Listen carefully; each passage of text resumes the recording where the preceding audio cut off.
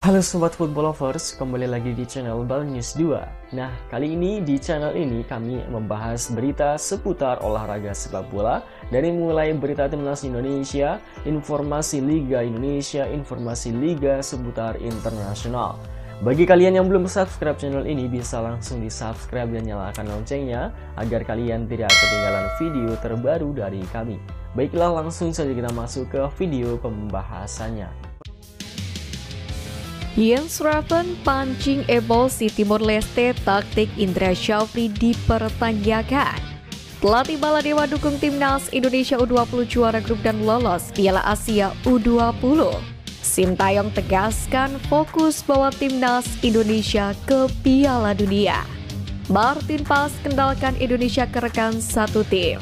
Push leg di bawah, lanjut simak informasi selengkapnya sebagai berikut.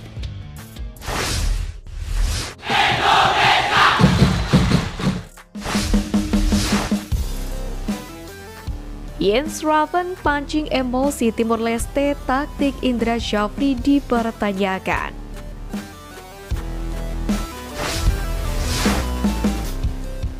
Laga penuh drama tersaji di matchday kedua grup F kualifikasi Piala Asia U20 antara timnas Indonesia U20 kontra Timor Leste.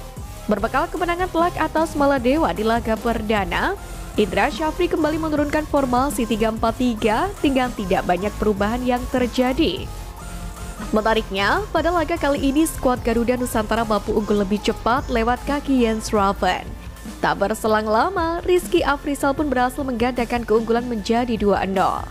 Namun selepas itu permainan monoton kembali terlihat, bahkan Timor Leste tampak menguasai keadaan untuk memperkecil ketertinggalan.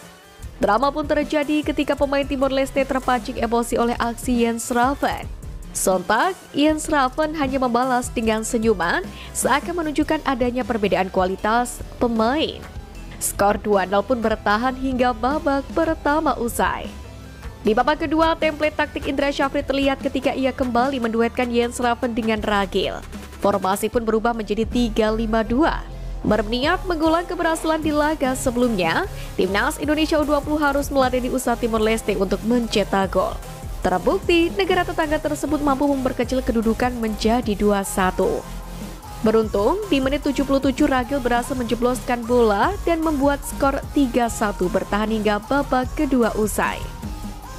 Tentu hal tersebut menjadi tamparan keras bagi Indra Syafri untuk lebih bervariasi menerapkan taktik. Pasalnya menghadapi lawan sekelas Timor Leste, permainan skuad Garuda Nusantara jauh dari kata enak ditonton dan mudah terbaca lawan.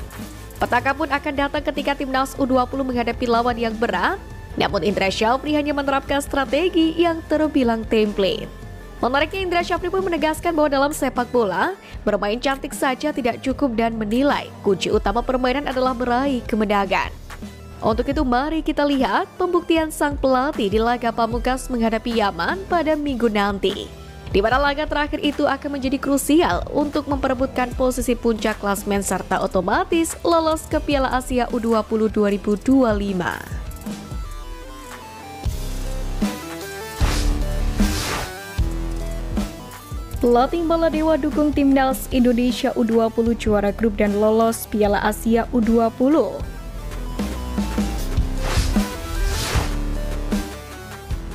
Ketangkasan Garuda Muda dalam mengawali langkahnya di babak kualifikasi Piala Asia U20 2025 membawa pelatih timnas Baladewa U20 Ahmed Syakir memprediksi pasukan Indra Syafri akan menjadi juara grup.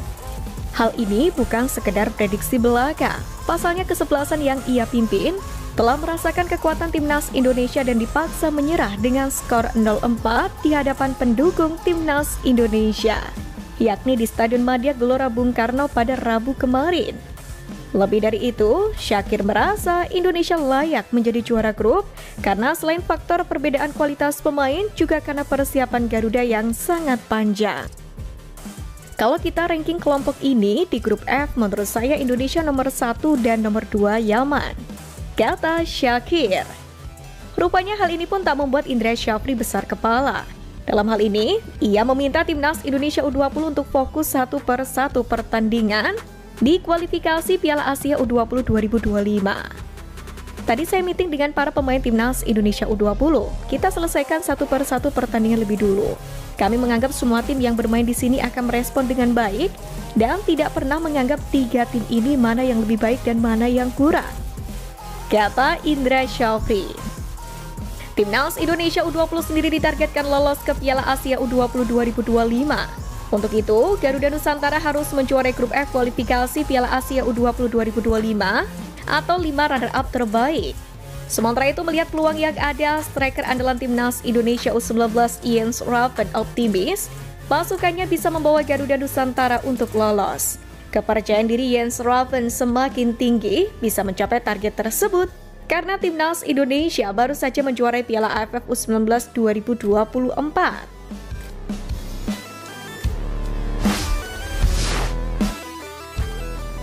Sintayong tegaskan fokus bawa timnas Indonesia ke Piala Dunia.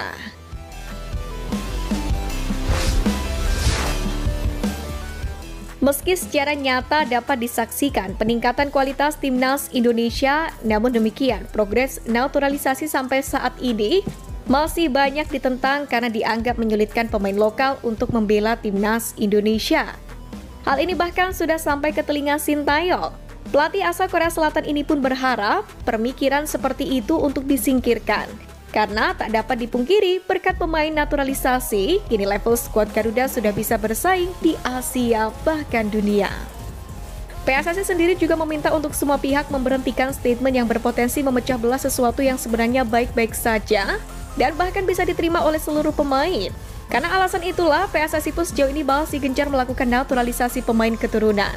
Teranyar, ada 2 tambahan pemain yang segera menjadi WNI, adalah Miss Hilgers dan Eliano Reinders. Pemain ini pun diproyeksikan untuk memperkuat timnas Indonesia untuk putaran ketiga kualifikasi Piala Dunia 2026 zona Asia. Justru menurut Sintayong mengatakan adanya pemain-pemain naturalisasi ini membuat timnas Indonesia semakin disegani dalam kancah sepak bola dunia, khususnya di Asia. Hal itu pun menjadi dampak nyata adanya tambahan pemain keturunan. Untuk itulah, Sintayong saat ini lebih memilih fokus untuk membantu Garuda lolos ke Piala Dunia 2026. Dan ia mengatakan kepada semua pihak timnas Indonesia harus mendapatkan dukungan dalam babak kualifikasi Piala Dunia 2026.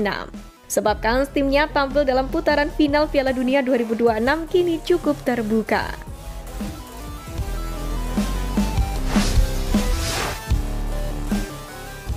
Martin Paes kenalkan Indonesia ke rekan satu tim.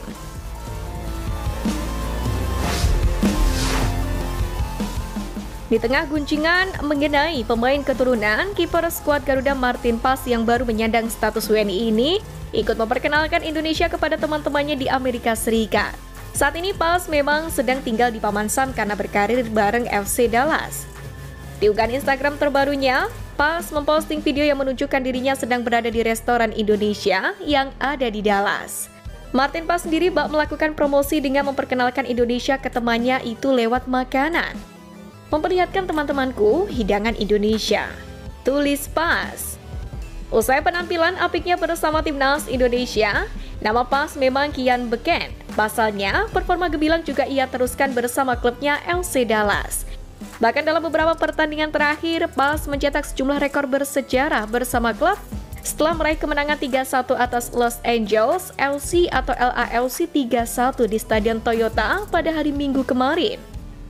Menariknya, dalam laporan pertandingan melawan LALC ini, pihak FC Dallas menyebut Paes sebagai The Garuda Wall atau tembok Garuda.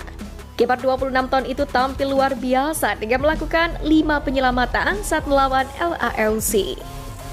The Garuda Wall, penjaga gawang Martin Paes, mencatatkan 5 penyelamatan malam ini, tulis FC Dallas. Salah satu dari 5 penyelamatan Paes terjadi pada menit ke-79. Mantan kiper FC Utrecht ini memblok tendakan Lewis O'Brien dari dalam kotak penalti lewat penyelamatan super. Keberhasilan Paes membawa FC Dallas menang atas LAFC ini pun membuat kiper timnas Indonesia itu mencetak rekor, yakni sebagai pemain kelima dengan kemenangan terbanyak dalam sejarah FC Dallas.